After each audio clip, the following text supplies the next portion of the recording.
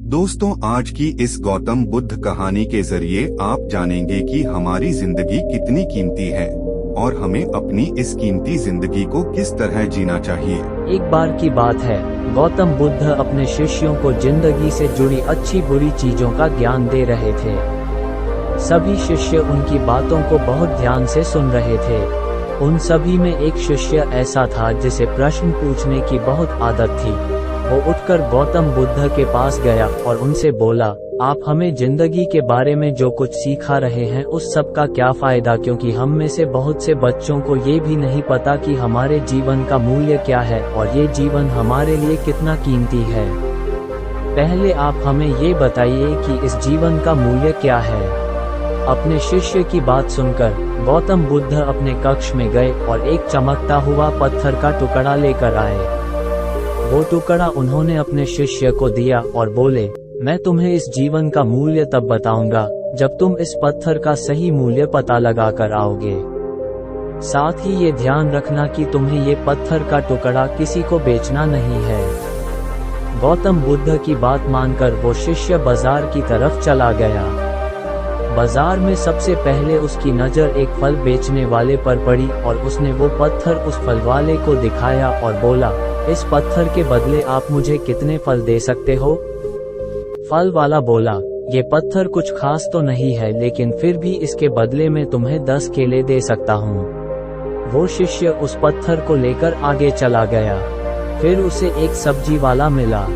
शिष्य ने उस सब्जी वाले से उस पत्थर की कीमत पूछी।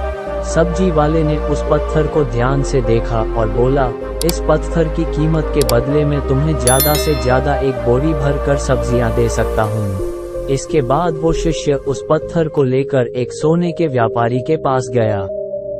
उस पत्थर की टुकड़े की चमक देखते ही उस सुनार ने उसकी कीमत 100 सोने के सिक्के लगाए।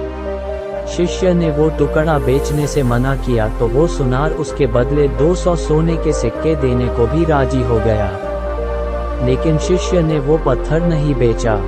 इसके बाद वो शिष्य एक हीरों के व्यापारी के पास गया और उनके सामने उसने वो पत्थर के टुकड़े को रख दिया।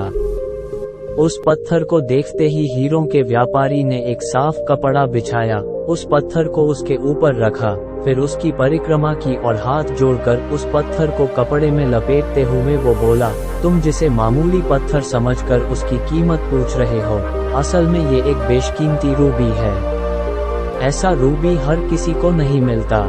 मैं अगर अपना सब कुछ बेच भी दूं तो भी इसकी कीमत नहीं चुका सकता। उस व्यापारी की बातें सुनकर वो शिष्य हैरान हो गया। वो दौड़ा दौड़ा सीधा बुद्ध के पास आया और उन्हें उसने जो कुछ भी बाजार में हुआ वो सब बताया। उसकी अचरज भरी बातें सुनकर गौतम बुद्ध बोले, तुम्हारे सवाल का जवाब इस रूबी की कीमत में ही छिपा है। हमारा जीवन भी एक रूबी है, रूबी की तरह ये भी बेशकीमती है, लेकिन हम इस बात को हमेशा नजरअंदाज करते हैं और अपने जीवन का मूल्य नहीं समझते।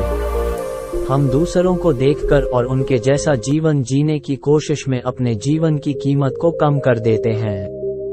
हम ये सोचते हैं कि हमारी जिंदगी की कीमत वही है जो दूसरे हमें बताते हैं, लेकिन ये बात हमेशा ध्यान रखना कि सामने वाला अपनी हैसियत, बुद्धि और अपनी समझ के हिसाब से तुम्हारी कीमत लगाता है।